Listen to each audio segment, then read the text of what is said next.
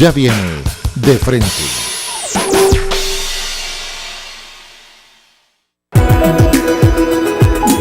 Para el que quiere estar informado.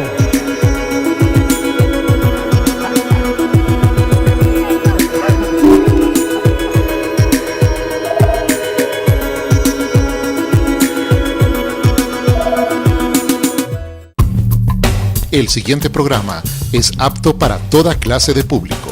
No contiene escenas de sexo o violencia.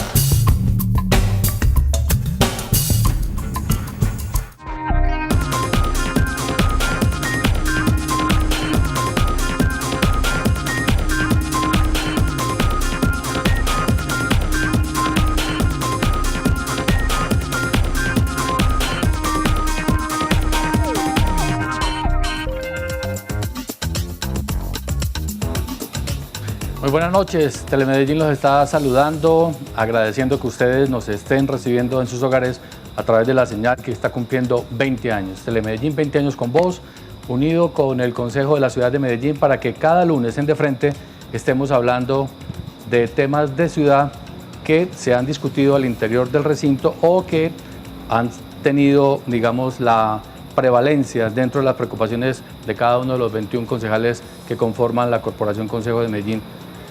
Hoy, como le hemos dicho, queremos hablar a propósito de varias circunstancias. Una, la realización de un foro que se acaba de realizar en la ciudad de Medellín, donde se reunieron a varios especialistas de diversas partes del mundo, así como diferentes entidades del sector público, privado y la academia, hablando sobre el abuso sexual infantil. Y ello se hizo porque estamos en todo este mes haciendo visible ese problema que afecta a las sociedades contemporáneas y muy especialmente a ciudades como la nuestra, la ciudad de Medellín, la ciudad que tanto queremos, donde los niños son especialmente vulnerables a este tipo de situaciones.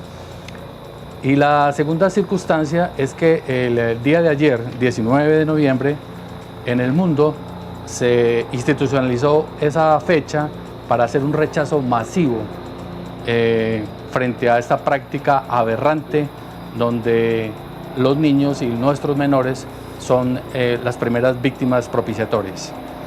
Tenemos 3 invitados que no solamente se han preocupado a lo largo de su quehacer dentro del Consejo de la Ciudad de Medellín, bien siendo concejales o como exconcejales, en el caso de los invitados que tenemos hoy también, comprometidos desde la Secretaría de Inclusión. Entonces presentemos a Natalie Vélez, Natalie Vélez Lopera, que es dentro de la corporación, tal vez de los corporados o de las corporadas, que más se ha preocupado por el tema, junto con Daniela Maturana, Jaime Mejía, por citar 3 así de velocidad, que han venido trabajando como en este tema. Buenas noches y qué bueno que está con nosotros para que nos ayude a entender por qué una sociedad como la nuestra se comporta con nuestros menores de esa manera.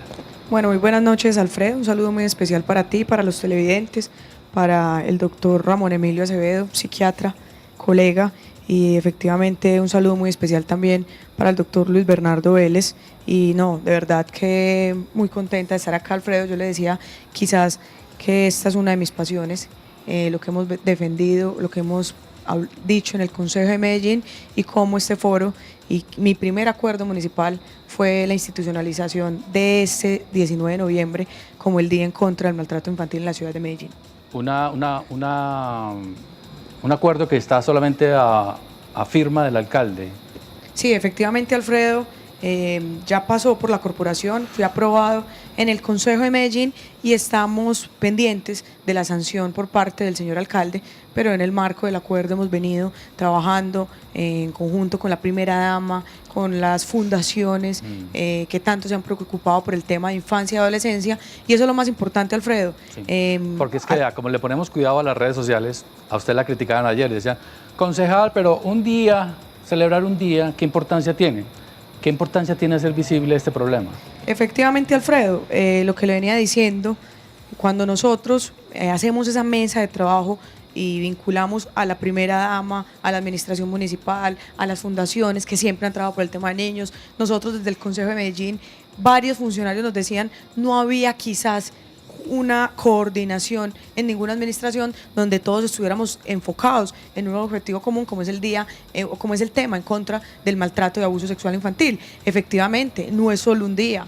Yo creo que el tema del maltrato, rechazarlo, el tema del abuso sexual infantil, tiene que ser todos los días del año, y es por eso que nosotros, pues desde que llegamos al Consejo de Medellín, Alfredo, yo le contaba a usted cómo hemos hecho 12 debates, de los cuales 10 han sido en el tema de explotación sexual y comercial de niños y niñas, de violencia intrafamiliar, que me acompañó el doctor Ramón Acevedo como bancada. Temas que van efectivamente, cruzados. el tema de abuso sexual, el tema de maltrato infantil, tema de trabajo infantil, en fin, una gran cantidad de debates de control político que lo que hemos hecho es puesto en la agenda pública.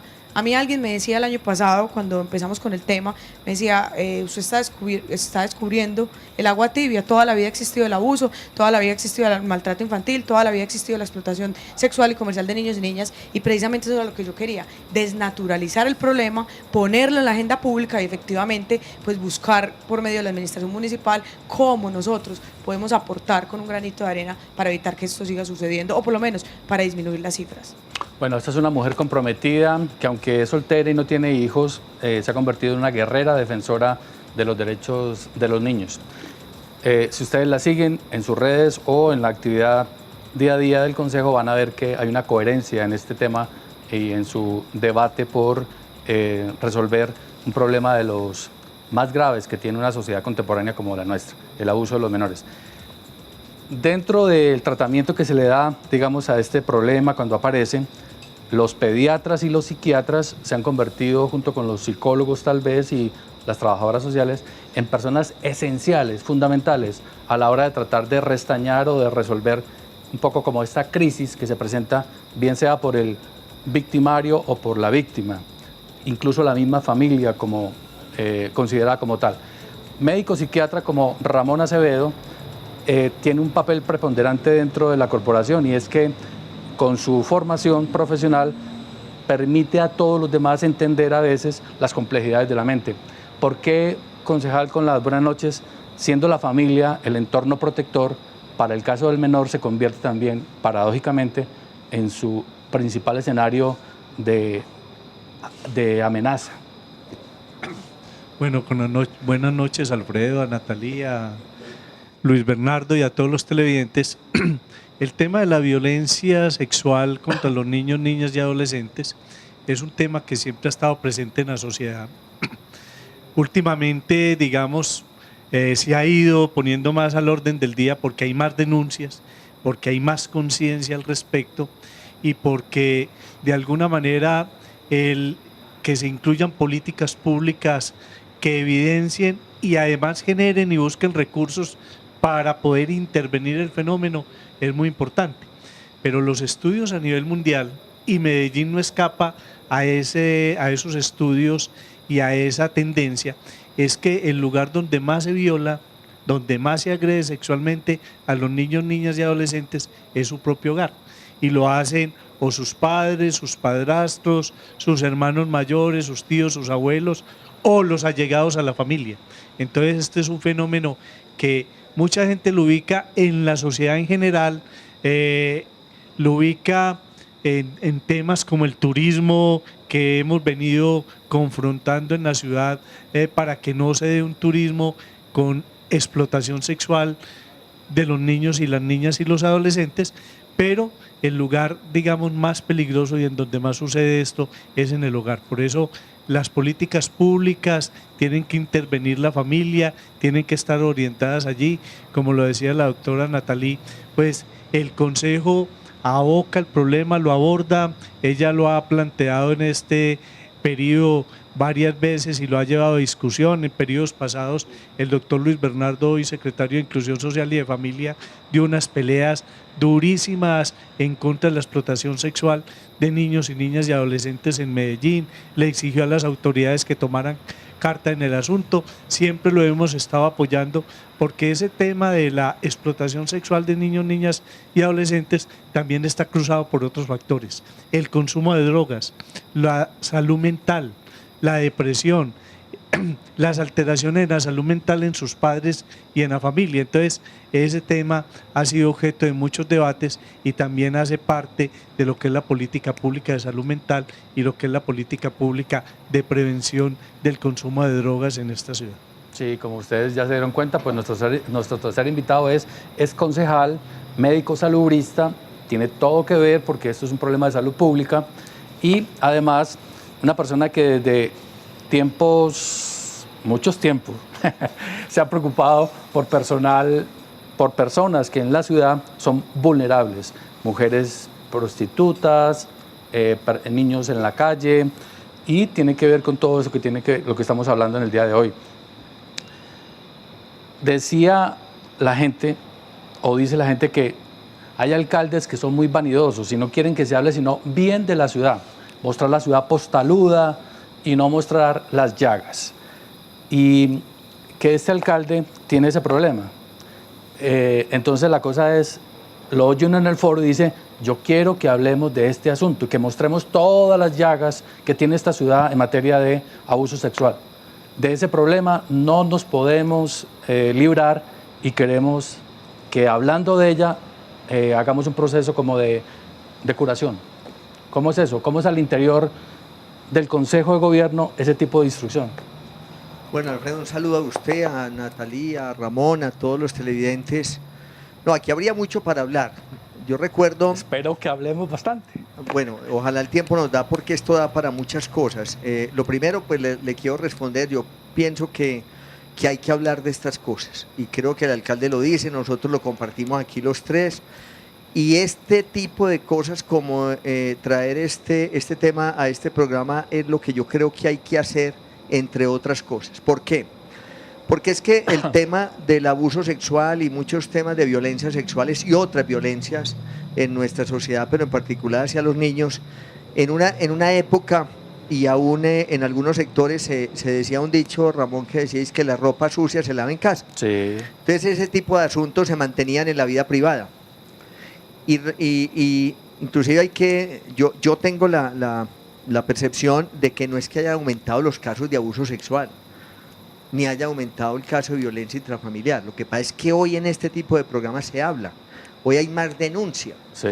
hoy hay menos permisividad frente a este delito, y en otras épocas y en otras culturas y en otros territorios no se hablaba, se mantenía en el escenario, y después, mire, es bien representativo lo que estoy diciendo ahora. Inclusive hace pocos días lo que pasó en Estados Unidos con una serie de personajes, cuando usted empieza a sacar eso a la luz pública, empieza, como se dice, exacto, a salir un poco de cosas que vivían ocultas por muchas circunstancias, por miedo, porque eso se permitía, porque esa ropa sucia había que lavarla en casa. Y yo creo que un tema hoy como el abuso sexual y las violencias sexuales, que se esté hablando, que se esté diciendo, que se esté difundiendo, Natalie, es lo más importante para mí que se puede hacer. Okay. Habrá otras cosas, fortalecer. Eso cura. Hablar de eso cura. No, claro, es que hay que hablar además, porque si nosotros no aumentamos la denuncia, no puede haber penalización, okay, no puede haber recuperación, digamos, en la parte psicológica, no puede haber intervención del Estado. Uh-huh. Lo otro que a mí me parece que lo pongo aquí como un mojón de la discusión es también entender qué es abuso sexual, Alfredo. Sí. Porque creo que frente a las violencias sexuales, en muchas ocasiones o hay desconocimiento o no hay mucha claridad. Y eso también trae en ocasiones a que usted ha convivido en un entorno con el abuso sexual y no sabe que eso es un abuso sexual. Ajá. A veces también por desconocimiento no se denuncia, no se habla, o el niño o el adolescente o la joven no habla de eso porque cree que eso es normal. Natural. Y a veces se confunde el abuso sexual con el acceso carnal violento y no es lo mismo.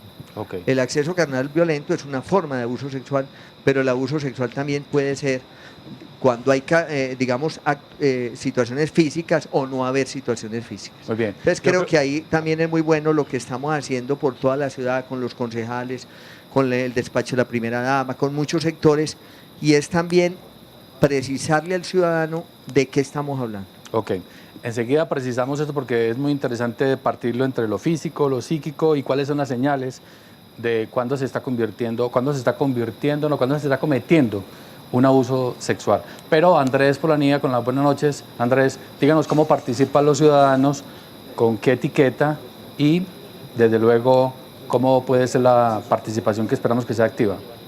Alfredo, claro que sí. Buenas noches para ustedes, los televidentes que nos reciben esta noche a través de las pantallas. Ya viendo la introducción, hablamos sobre abuso sexual infantil.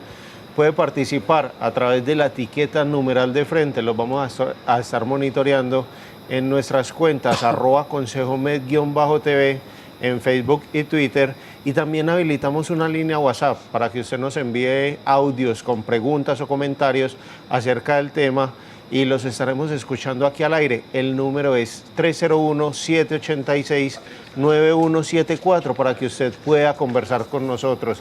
Recuerde, en Twitter y en Facebook estamos como @consejomed_TV. Los vamos a estar monitoreando con la etiqueta numeral de frente y nuestra línea WhatsApp habilitada para todos ustedes. Bienvenidos a participar del programa. Muy bien. Hay una cosa que nos gusta mucho a los periodistas y es encontrarnos una fuente que tenga cifras, que tenga estadísticas, porque eso le permite al ciudadano y a uno entender más o menos cuál es la dimensión. Esta concejal se caracteriza por eso, tal vez porque viene del mundo como de los números, y las cifras aquí son impresionantes, son desalentadoras, por decirlo menos. Sí, efectivamente, Alfredo, en lo que llevamos hablando del tema, todo el tema de infancia y adolescencia, hay cifras que, como usted lo dice, son desalentadoras y son tristes como sociedad. Cuando nosotros vemos que el departamento de Antioquia es el segundo departamento del país con más casos presentados de abuso sexual infantil, nosotros tenemos que decir, bueno, ¿qué está pasando con Antioquia? Segundo, se presentaron en Medellín, según cifras que entrega la personería, 554 casos van al mes de octubre del año 2017. Tercero, cuando también un informe que entrega la Personería de Medellín nos plantea que en la ciudad de Medellín nuestros niños y niñas tienen 10 veces más probabilidades de sufrir de un delito sexual que de cualquier otro delito. Nosotros decimos, bueno, ¿qué está pasando? Entonces, de verdad que lo importante es mirar las cifras. El doctor Luis Bernardo puede dar fe que es quizás el secretario que yo más he citado en la corporación por obvias razones, y ha sido un debate público responsable, donde inclusive le hemos dicho al doctor Luis Bernardo y al alcalde de Medellín, venga, no es solamente hablar de las cifras, no es solamente traer el debate de control político, es también incluirlo en el presupuesto. Precisamente ahorita le decía aquí detrás de cámaras, qué bueno, secretario, que gracias a esa lucha que venimos dando por el tema de infancia y adolescencia, el día de mañana en el pliego de modificaciones que ha radicado la administración municipal con respecto al proyecto de acuerdo del presupuesto para el año 2018, pues se le haya aumentado unos recursos que aparentemente habían disminuido. Yo creo que esas son las luchas que hay que dar. Los recursos no son infinitos. Pero termine de darnos la noticia. ¿Cuánta plata es y en qué secretaría más o menos cree que se puede? Bueno, doctor, chiviemos a la coordinadora de presupuesto. Yo creo que hay que contarlo porque es un logro. Para mí es un logro para la ciudad, es un logro para la corporación. Habían unos programas que iban a quedar desfinanciados. Sí. El programa de prevención de vulneración de derechos a niños y niñas que está en la Secretaría del doctor Luis Bernardo Vélez, tendrá 8.000 millones de pesos adicionales. Qué bueno. Pero por otro lado, desde la Secretaría de Educación, el tema como entornos protectores, lo decía el doctor Ramón Acevedo, cómo los entornos protectores que se han denominado el hogar hoy está fallando. El 73% de los casos de abuso sexual se dan en una persona cercana al hogar. Segundo entorno protector, las instituciones educativas. Todo ese programa que tiene la Secretaría de Educación para detectar la alerta en temas de maltrato, en temas de abuso sexual infantil. Entonces era un programa que había que fortalecerlo, y como ese programa también aparentemente en el primer borrador que había pasado la administración municipal con respecto al presupuesto para el año 2018, pues había disminuido los recursos y efectivamente se les va a aumentar. Y así otros programas como el tema de restaurantes escolares, nos quedaríamos aquí hablando, el tema de infraestructura educativa que tanto hemos defendido los 21 concejales, en fin. Pero lo que yo venía diciéndole con respecto a las cifras, medicina legal, lo dijo el doctor Tamayo en el foro, como en medicina legal hizo 21.399 inspecciones o exámenes físicos a niños y niñas con presunto abuso sexual, y el llamado que yo le decía a la administración, y le decía, bueno, ¿y dónde están las capturas? Bueno, ¿y dónde están las judicializaciones? ¿Y qué pasa con esas denuncias? Porque nosotros podemos hacer una campaña muy bonita y decirle a la ciudadanía que denuncie, que desnaturalicemos el problema, que lo hagamos visible, pero cuando la gente siente temor a denunciar, a mí la gente me dice por redes sociales y en los barrios de la ciudad de Medellín, me dice, ¿para qué voy a denunciar si efectivamente no va a pasar absolutamente nada? Pero le propongo que hablemos ahora del castigo, digamos, a los victimarios, que es un tema bien importante y preocupación, sé que de todos, de cualquier padre de familia que nos está viendo en este momento en televisión. Pero haciendo acá los casos a lo que nos dice el secretario Luis Bernardo, nos dice, tratemos de identificar cuándo se está cometiendo abuso sexual. No sé si de pronto ustedes dos, que son médicos, nos ayudan, porque si no es acceso carnal, sino abuso, ¿dónde se tipifica eso? ¿Cómo se tipifica eso? Bueno, cuando estamos hablando de las violencias sexuales y el abuso sexual, no solo se está hablando del acceso carnal violento, que es lo que mucha gente identifica como tal, pero abuso sexual se da cuando se induce a los niños a ver pornografía, cuando a los niños se les mira lascivamente y, como decían mucha gente por ahí, rendigiándolos, cuando se les induce incluso a tocamientos, cuando se les habla de cosas que todavía en su mente, desde el punto de vista de lo sexual, no están en capacidad de comprenderlo y con el significado de inducirles curiosidad al respecto. Entonces, hay una serie de circunstancias que se dan que mucha gente no los identifica como tal, y como lo decía ahora Luis Bernardo, han convivido con eso y no lo han considerado abuso y no lo han considerado violencia. Entonces, desde esa medida es que nosotros tenemos que empezar a identificar, a llamar las cosas por su nombre y a la vez trabajar para que en la familia misma se identifiquen estos fenómenos, se identifiquen a las personas que hacen este tipo de abusos y de violencia, y de esa manera la familia también pueda confrontar y volverse un lugar seguro, el hogar. Pero mientras no lo identifiquemos, mientras no lo trabajemos, mientras desde el mismo hogar, desde la misma escuela, desde los mismos padres, desde no se identifiquen este tipo de situaciones, es muy difícil enfrentarlas, porque la gente solo, vuelvo y digo, identifica el acceso carnal violento. Y eso siempre ha existido. Yo tengo una historia que es muy dolorosa. Cuando yo estudiaba medicina, el primer parto que yo atendí como estudiante de medicina fue a una niña de 14 años. Una niña de 14 años. Y no era su primer parto, era su segundo parto. Por Dios santo. ¿Y quién era el padre de sus dos hijos? Era su propio padre. Y sin embargo, nunca había habido una denuncia, la mamá estaba allí casi en actitud de enojo con la niña porque le estaba disputando a su marido, no al papá, sino a su marido. Había una serie de problemas, incluso para denunciar frente a Bienestar Familiar. Eso fue hace muchísimos años, pero en ese entonces eso se veía casi como normal dentro de lo que era la concepción de la familia. Y hasta sigue pasando. Donde el padre a veces mantenía el dicho de que él era dueño de sus hijas. Ahora se ve de otra manera mucho más grotesca, mucho más violenta, donde hoy se escuchaban en las noticias decir que las propias familias venden la virginidad de sus hijos. Entonces, mire hasta dónde se llega. Ya la violencia no es al interior del hogar como parte en el hogar mismo, sino que en la familia se comercializa y se violenta ese tipo de situaciones con respecto a la virginidad. Y yo me acuerdo que siendo concejal el alcalde Federico Andrés Gutiérrez, hizo la primera denuncia de que en Medellín estaba existiendo ese tipo de Subastas. fenómenos. Y el alcalde de ese entonces vino y le dijo que eso era falso, que eso no era verdad, que cómo se atrevía a decir semejantes calumnias de la sociedad antioqueña. Y por eso es tan importante lo que ha venido diciendo el alcalde. Y el alcalde ha dicho: yo vine a intentar transformar la ciudad, pero reconociendo lo que hay y poniéndole nombre a cada cosa. Y eso, yo pienso que por eso llevó a Luis Bernardo a la secretaría, porque Luis Bernardo ha sido un hombre Conocedor. con una amplia experiencia y un trabajo muy importante en luchar por todas las sociedades, por todas las comunidades más discriminadas de esta ciudad, y eso sí, se lo reconozco a Luis Bernardo, y lo hizo como concejal y ahora lo está haciendo como secretario. Secretario, ¿cómo identificar un pedófilo? Porque, pues, tratar de sacar el perfil es muy complicado. Cada uno es como muy distinto, ¿no? Es muy distinto cada personaje de esos que se meten en ese cuento, pero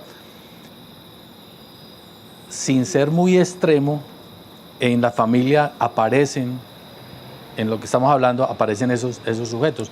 Enfermos que les gusta tener sexo o soñar con tener sexo con personajes tan inmaduros como un menor de edad, por ejemplo, o un niño, ¿no? Un ser aterrador. Bueno, muchas gracias por las palabras de Ramón, de verdad. No, yo voy a pedir inclusive aquí que Ramón ahora amplíe un poquito más, digamos, tipifique mucho más la caracterización de lo que usted denomina pedófilo.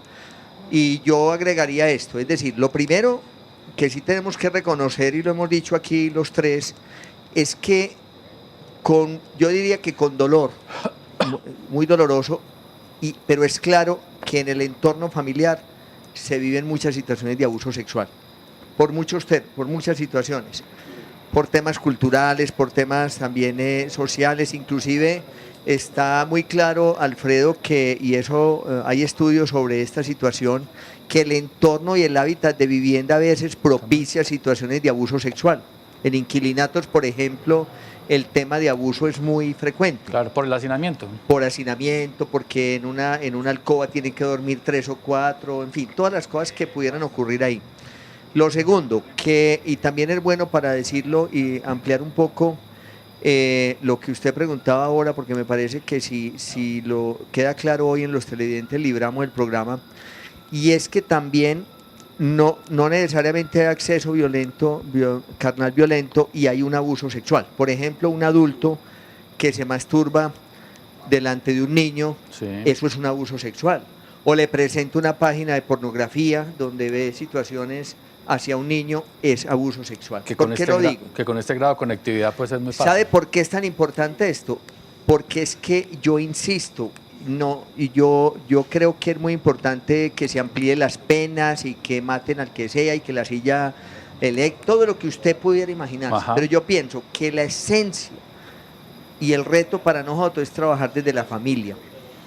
¿Cuál es el imaginario que tenemos hoy del papá, de la mamá? Ahí hay un tema cultural, ahí hay un tema también de patriarcado, de lo que decía Ramón, cómo se ejerce la autoridad del padre sobre la hija. Es decir, aquí hay una historia que no la vamos a solucionar aumentando las penas frente a un delito del abuso sexual. No bastaría, sí, está comprobado. Lo otro también es que yo insisto en que hay que escuchar a los niños y a las niñas. En la cultura nuestra también ha existido mucho que lo que dice un niño no le ponga cuidado, no le pare bolas. Usted, ay, no exagere. Y yo creo, no exagere, o él está diciendo mentiras, o eso no puede ser cierto. Eso, o cómo se le ocurre que vamos a ir a acusar a su papá o a su tío. Vamos a hacer un escándalo con eso. Hay que escuchar a los niños. Lo otro también que yo daría pista con la pregunta que usted me hace y que Ramón yo le pido que me ayude un poco, es que la mayoría de los victimarios, más del 80% son hombres. Sí. O sea, y la mayoría de las víctimas, más o menos el 80-90% son niñas, mujeres. Sí, o sea, ahí hay una pista también para que nosotros identifiquemos. Y también por rango de edad, ¿no? Claro. Y lo otro, para terminar, porque me parece que Natalí lo tocó bien, era que hay muchos casos, que nos preocupan muchísimo los casos, pero paradójicamente a mí de alguna manera me anima que hayan aumentado las denuncias. O sea, voy a explicarlo de esta manera. El haber o no haber denuncia no significa que haya casos de abuso sexual. Y vuelvo al principio. Puede que hace 20 o 30 años hubiera habido los mismos casos de abuso sexual, pero las denuncias eran inferiores. Lo que necesitamos es que se denuncie. Ahora, el reto que Natalici dice, coincido, es cómo vamos a mejorar las rutas de atención, cómo vamos a mejorar la penalización, la judicialización. Ese sí es un reto de la sociedad. Y Ramón, ayúdeme usted con ese tema de que este hombre pedófilo, sí. Es muy exagerado decir que un personaje de estos que se masturba frente a un niño o que es voyerista es un pedófilo. Es muy exagerado decir eso. Sí, digamos que hay una serie de patologías psiquiátricas que hacen que las personas sean voyeristas y no necesariamente sean pedófilos, sino que gustan del exhibicionismo, del voyerismo, etcétera, etcétera.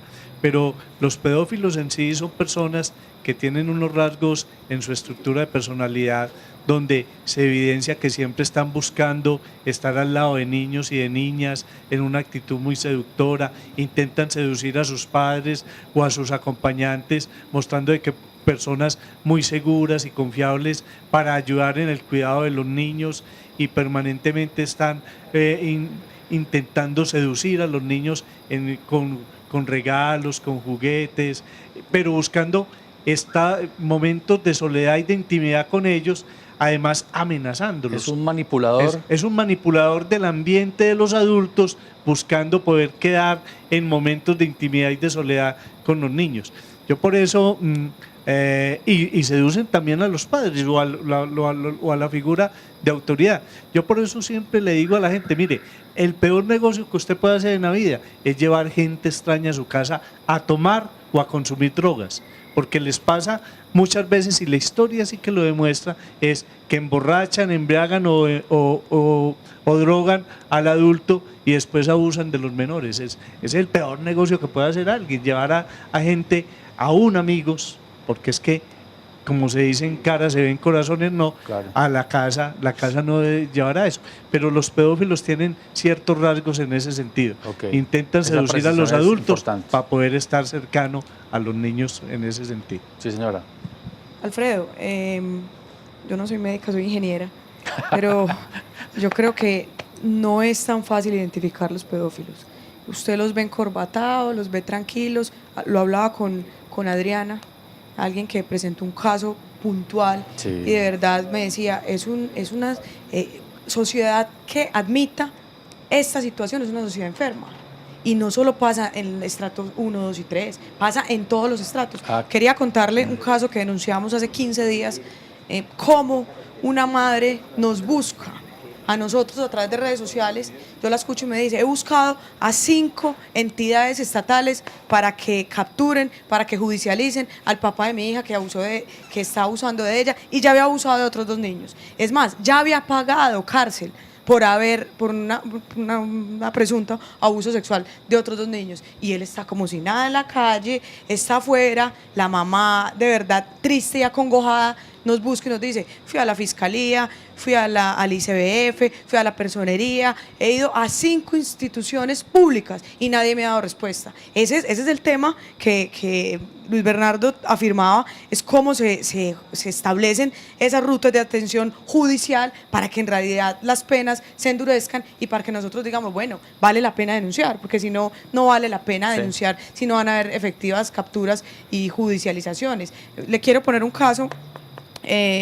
Gilma Jiménez, ex senadora, una gran defensora de verdad de los derechos de nuestros niños y niñas. Yo estaba en conversaciones con la hija, que viene liderando el tema de cadena perpetua para violadores, pero yo creo que eso sería otro programa casi. Gilma, en el Consejo de Bogotá, propuso el muro de la infamia, o los muros de la infamia, donde mostraban a los abusadores, a los asesinos de niños, a los maltratadores.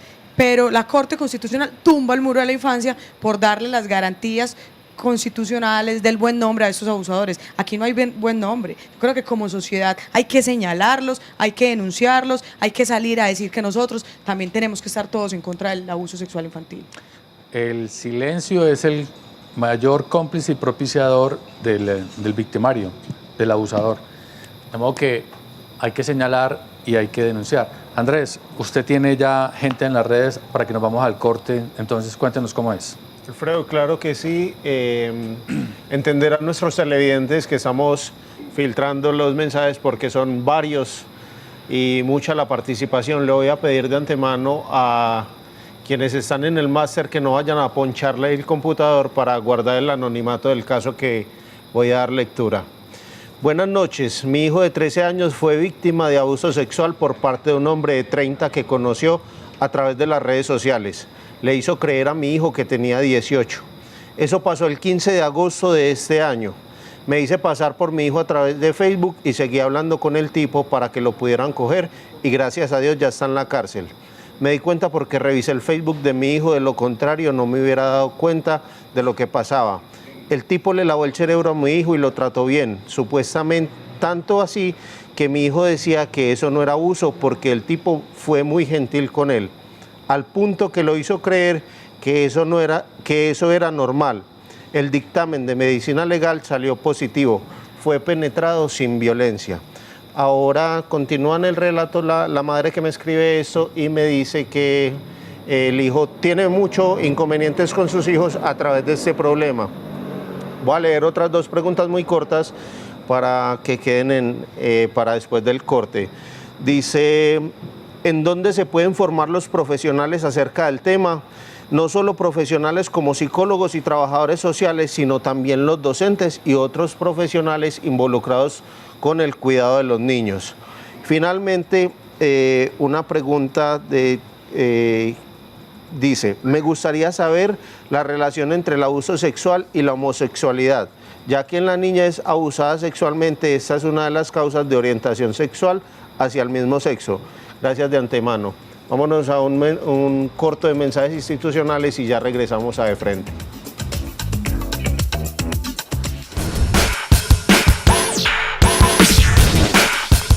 Estás viendo De Frente.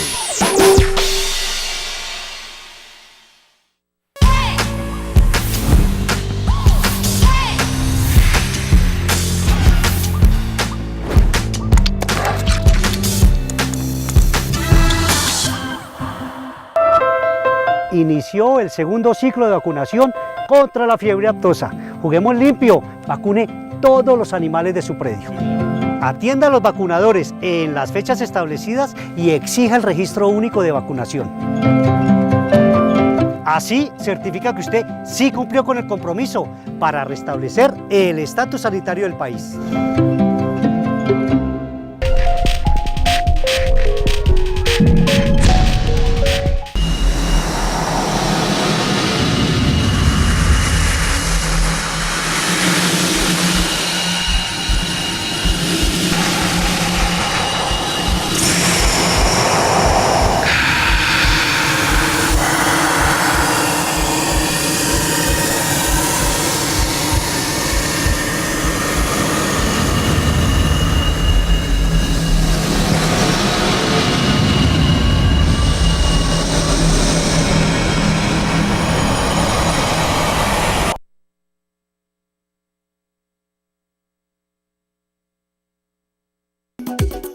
Ruta N es una de las propuestas más avanzadas en materia de conocimiento y de innovación para el desarrollo de Medellín.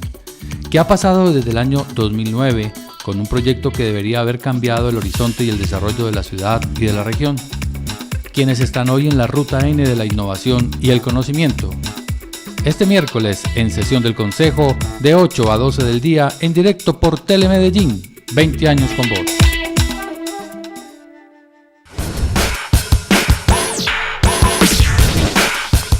Estás viendo De Frente.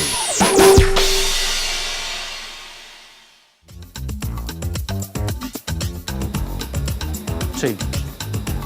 Muy bien. Seguimos con De Frente, hablando hoy sobre abuso sexual infantil, un tema aberrante que hace preguntar por qué Medellín, ciudad católica, apostólica, romana, súper tradicionalista, tiene una alta vulnerabilidad, muchísimo, 10 veces, dice usted, recordando las estadísticas que nos mostraba Forensis y la Personería de Medellín en el foro que se hizo hace por ahí unos 8 días. Esta ciudad pregunta por redes sociales dos cosas. Preguntaron, concejal Ramón Acevedo, si entre el abuso sexual y el homosexualismo existe algún tipo de relación. Bueno, no es que exista un tipo de relación entre el abuso sexual y el homosexualismo, sino que mientras más niño sea o más niña sea quien es objeto de una violación, pues más de secuelas psicológicas se producen, y una de las secuelas psicológicas que produce es una alteración después en su propia identidad sexual y en la manera de enfrentar la sexualidad.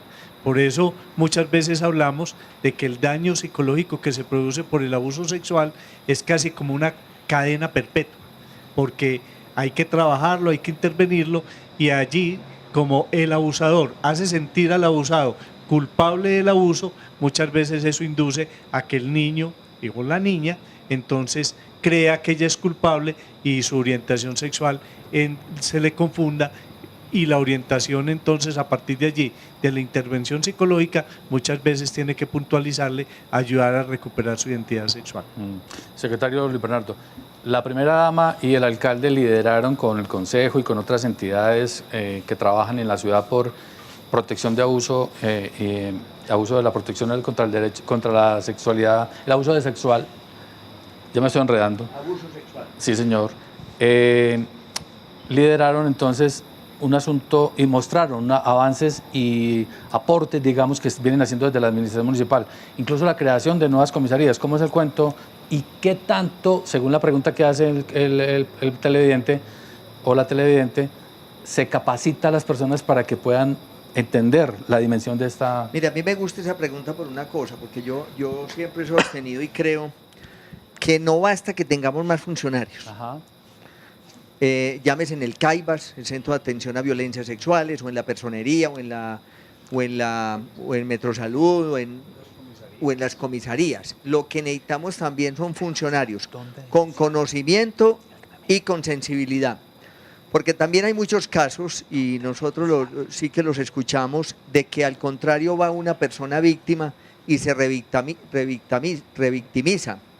Antes se le dice, ¿usted por qué? ¿Y usted dónde estaba? ¿Y usted por qué estaba en la calle? ¿Y usted por qué hace esto? Claro. Entonces nosotros, creo que esta alcaldía va a insistir ¿Quién sabe mucho. qué estaba haciendo? Exacto, que los comisarios estén capacitados. Y hay una cosa importante que también me gustaría no irme sin decirla en este programa, es de reconocer muchos signos en un niño, desde la familia, desde el profesor, cuando viene siendo víctima del abuso sexual.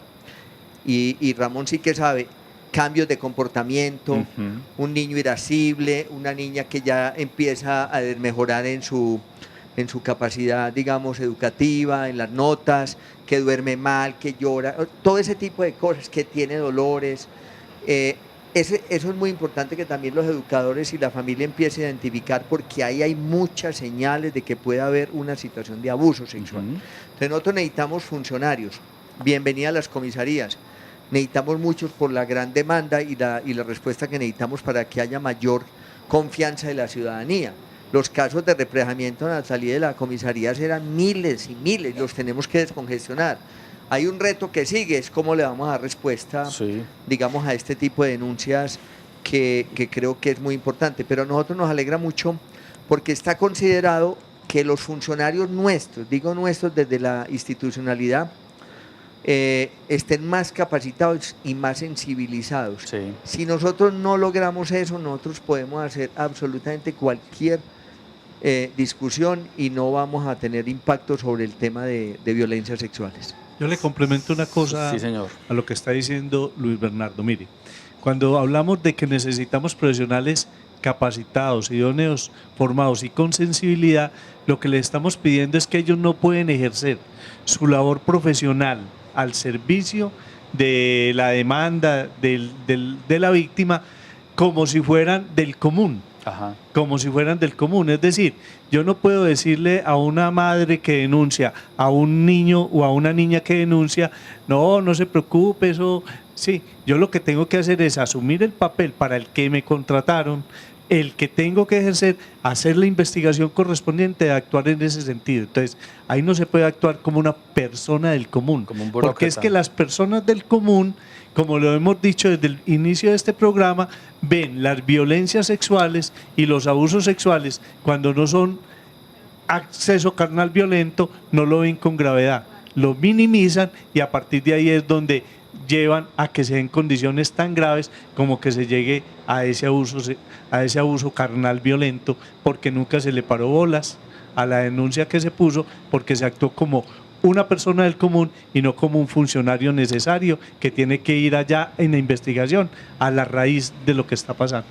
Y uno dice, bueno, los funcionarios, no, los maestros, los médicos, las enfermeras, los policías, la gente de la fiscalía, los investigadores y los padres de familia, los adultos que están en el entorno del niño.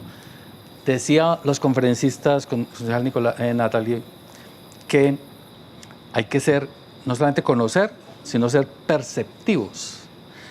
Y los conferencistas que son muy buenos, voy a adelantarme para que usted nos ayude, diga que un niño que diga conocer la conducta sexual adulta, que haga relatos y hable de cómo se hace el acto sexual y pareciera que dominara el tema, que se masturbe compulsivamente y que tenga excesiva curiosidad por tocarle el pipí al otro o el anito o los pechos a la niña, el relato de abuso, que empiece a contar incluso que él ha sido abusado, pero lo cuente de alguna manera medio simbólica.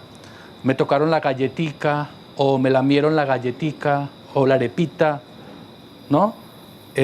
La agresión a otros menores, a otros niños menores, o incluso tan depresivo que llegue a pensar cuadros de suicidio. Todo esto lo hicieron en el foro, nos estaban abriendo los ojos diciendo, miren, eso está pasando. Sí, efectivamente, Alfredo, hay unas señales que los padres de familia deben identificar con respecto a sus hijos. Quiero, antes de continuar con eso, remitirme a la televidente. Nosotros radicamos en el Consejo de Medellín y tenemos una comisión accidental con respecto al tema de redes sociales. Hoy ya las redes sociales pueden ser tan buenas como para el tema educativo, investigativo, pero tan peligrosas como lo contó nuestra televidente. De verdad que esa es la responsabilidad de los padres de familia. Nosotros desde el Consejo hacemos debates para que suban los recursos cada vez más para temas de infancia y adolescencia, para que se fortalezcan los entornos protectores, para que se creen comisarías de familia, para que los funcionarios estén capacitados. Pero hay que hacer también una intervención en las familias y cómo los padres identifican esas señales de alerta. Cómo los niños muchas veces, sin decir lo que está pasando, con sus comportamientos, con sus demostraciones, con cómo se desempeñan en las instituciones educativas, hay que identificarlos e inmediatamente generar ese diálogo con los hijos. Alfredo, nosotros lo hemos manifestado. Hoy hay dificultades en las familias, no solamente en la ciudad, en el país en general. Hay familias desarticuladas. Cómo esa unión familiar, ese núcleo fundamental de la sociedad, tiene que estar tan fortalecido que pueda superar estas situaciones. Quiero contarle a los televidentes, usted estuvo presente en el foro, cómo una madre nos cuenta el caso de haber denunciado a su hijo porque el hijo abusaba del otro hijo. Es decir, la madre denuncia a su propio hijo porque estaba abusando de su hermanito. Y cómo cuando le dan, cuando lo capturan, el abuelo se suicida. Y ella dice, yo tenía que romper esta cadena, yo tenía que evitar que cada vez más fueran otros niños víctimas. ¿Y de dónde venía la cadena? Pues el abuelo y el padre habían abusado de su hijo. Usted estuvo en el caso presente, de verdad, un caso conmovedor que nos decimos, la persona por respeto, hoy el segundo hijo apenas cumple 18 años o acaba de cumplir 18 años y de verdad es una situación, doctor Ramón, de esas que se presentan a diario en Medellín, pero cómo la valentía de esta madre pudo haber evitado una gran cantidad de abusos sexuales en cadena, porque ahí hay un tema y el doctor Ramón como psiquiatra nos complementa, y es cómo las conductas de abuso, es decir, quien es abusado tiene un patrón de conducta para ser un posible abusador en el futuro. Entonces, de verdad que estas son las situaciones que uno tiene que conmoverlo.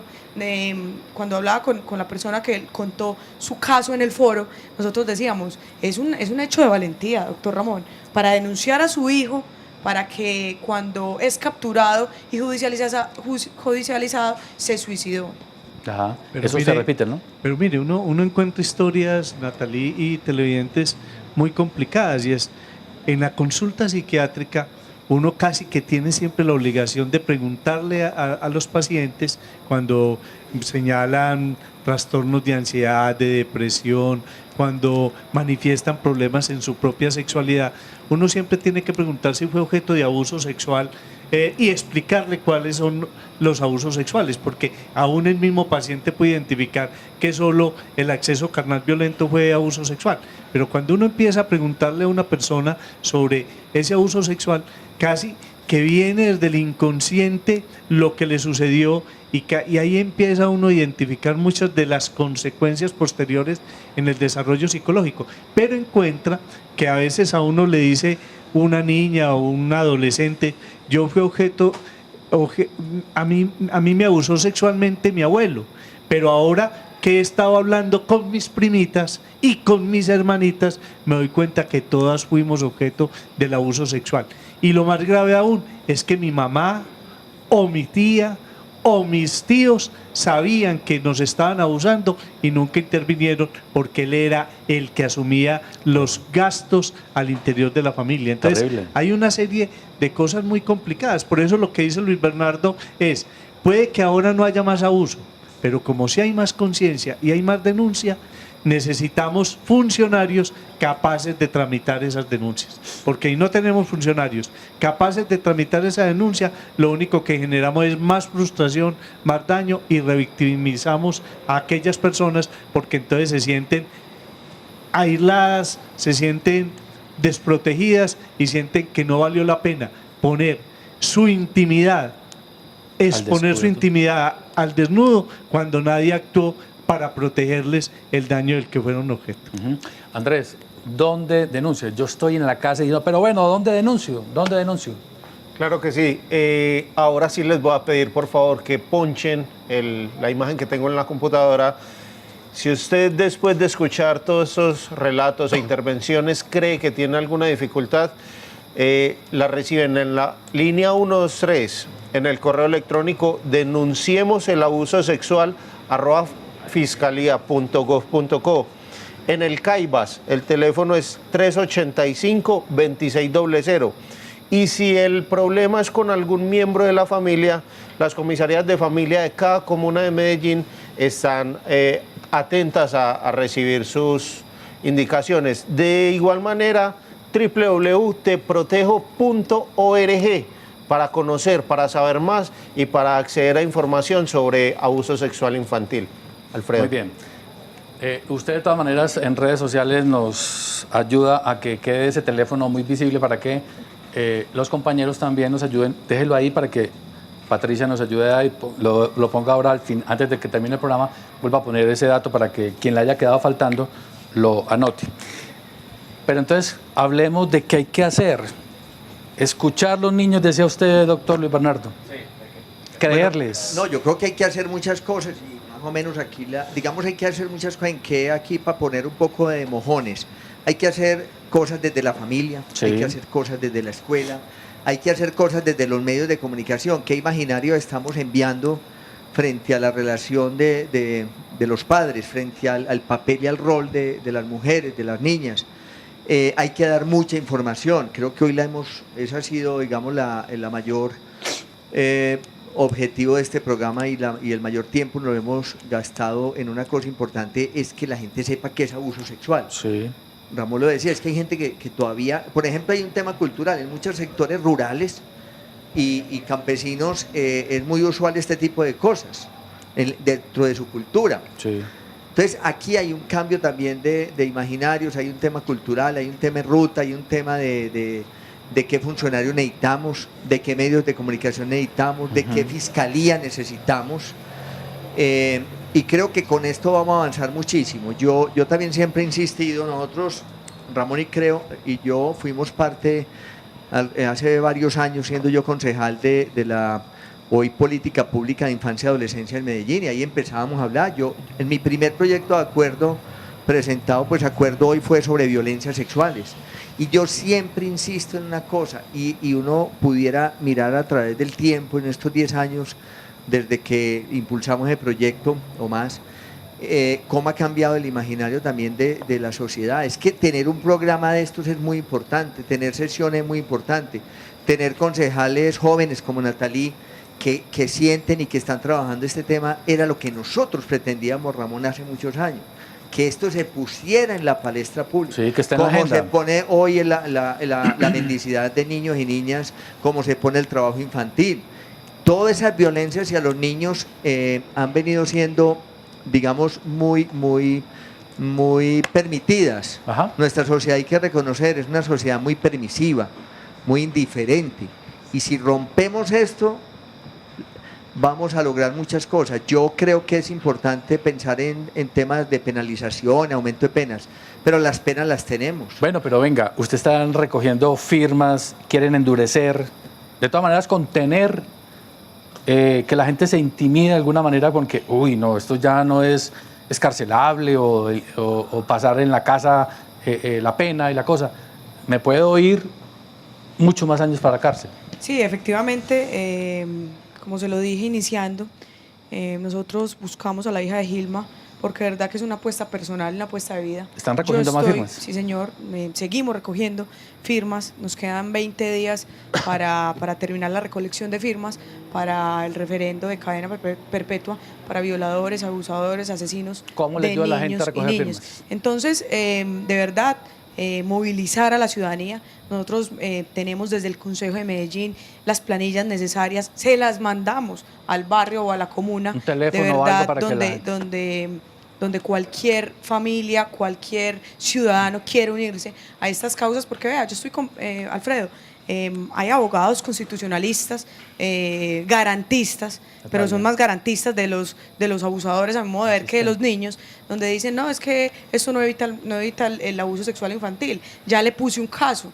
¿Cómo hoy hay una persona en la calle que pagó unos años de cárcel por un presunto abuso sexual y hoy abusó de su hija y no lo han podido meter a la cárcel? Entonces, el endurecimiento de penas es fundamental y por eso le hablaba ahorita de los proyectos que sacó Gilma Jiménez. De verdad que mi admiración total, que en paz descanse. Pero quería contarle adicionalmente, contarle a los televidentes nuestro teléfono 384-6875. ¿Cuánto? Repetámoslo. 384-6875 para quienes estén interesados en recoger firmas, para quienes estén interesados en hacer una denuncia, para quienes quieran, de verdad, como lo hemos denominado nosotros desde el Consejo de Medellín, acompañarnos y seguir haciendo por la niñez todo. Ok, eso desde la administración, el esfuerzo por formar, desde endurecer penas, y usted nos habla, si le parece, nos ayuda, cómo hay que tener, es que la especialidad de pediatría y acercarse a un niño que está afectado, escucharlo, no es solamente, venga pues mijito, cuénteme qué le pasó. Es el asunto de la paciencia, también de saber tener, no poner palabras. ¿Cómo es eso? ¿Cómo es ese acercamiento para que una madre o un adulto lo pueda hacer exitosamente? Mire, desde la psiquiatría y la psicología infantil, la intervención que se hace con los niños es ponerlos a jugar. Los niños en los juegos reproducen exactamente todo lo que están viviendo al interior de su hogar. Si uno quiere saber qué está pasando en una casa, tiene que ponerse a ponerle mucho cuidado al tipo de juegos, cómo lo desarrolla y qué es lo que plantea. Entonces es lo mismo que hay que hacer en la casa. Uno tiene que ponerle juego a los niños, a partir de ahí escucharlos y a partir de escucharlos creerles, pero llevarlos también a que ellos tengan la confianza para transmitirle a uno lo que están sintiendo. Creerles, no revictimizarlos. Hay un elemento muy importante y es que cuando los niños empiezan a mostrar temor sobre cierto adulto, no querer ir a determinada casa, hay que esperar y preguntar qué es lo que le está pasando y permitir que le cuente a uno, sin juzgarlo. Uno no lo puede juzgar, uno tiene que darle la confianza para que le cuente, y a partir de lo que le vaya contando tiene que armar la idea y a partir de ahí también elaborar la intervención y saber si pone o no el denuncio, pero tiene que creerle y no revictimizarlo. Sí, concejales, secretario, muchísimas gracias a ustedes en las redes por habernos escuchado. Les tenemos un regalo. Vamos a tratar de, en el canal de YouTube del Consejo de Medellín, que es Consejo-TV, Consejo TV, Que lo busquen como Consejo Medellín. Consejo Medellín. Y ahí vamos a soltar las conferencias de este foro, porque hay personas ahí especializadas contándole cómo es que usted se puede acercar a eso. A partir de mañana los vamos a liberar para que ustedes los oigan en detalle, con las personas que ustedes quieran en su casa, con sus profesores. Es la única manera de empezar a contrarrestar lo que está pasando en esa sociedad. El jueves a las 6:30, Orquídea Consejo de Medellín. Buenas noches.